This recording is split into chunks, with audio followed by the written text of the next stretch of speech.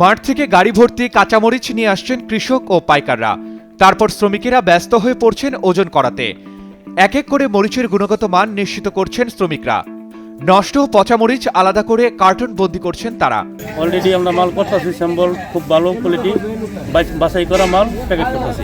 এই মরিচের কাজগুলি আমরা অনেকেই করতেছি।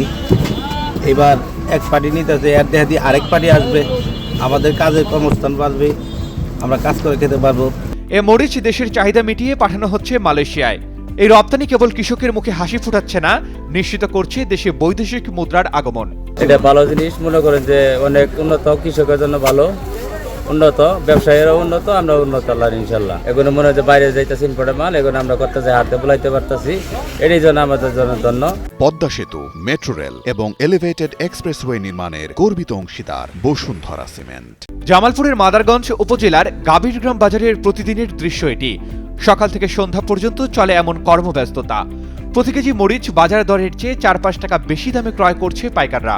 আমরা এগুলা ক্ষেত থেকে সংগ্রহ করে আমি বাছাই করি, যেগুলো আমরা খারাপ মালগুলো আছে ওগুলো আমরা ফেলে দিয়ে আমরা এগুলো কার্টন করি। একটা কার্টন 9 কেজি করে হয়।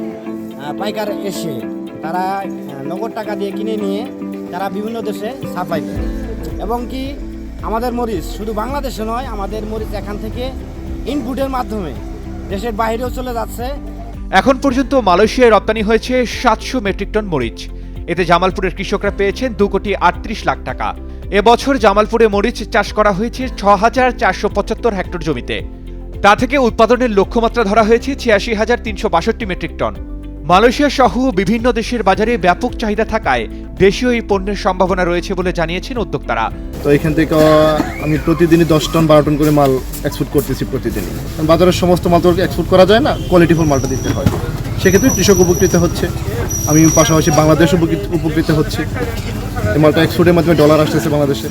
দেশের এই ফসলের বাজার আরও বড় করতে কৃষক ও উদ্যোক্তাদের সহায়তা করার কথা জানান কৃষি অধিদপ্তরের এই কর্মকর্তা।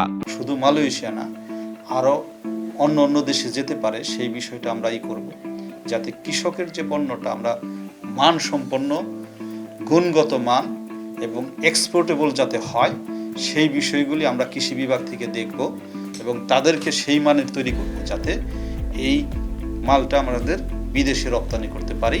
কাঁচামরিচের এই গল্প শুধু চাষাবাদের নয়, সম্ভাবনারও। সঠিক মান বজায় রেখে রপ্তানি বাড়াতে পারলে মরিচ হয়ে উঠতে পারে দেশের অর্থনীতির আরেকটি শক্ত ভরসা। আর সেই সঙ্গে বদলে যেতে পারে হাজারো কৃষকের জীবন।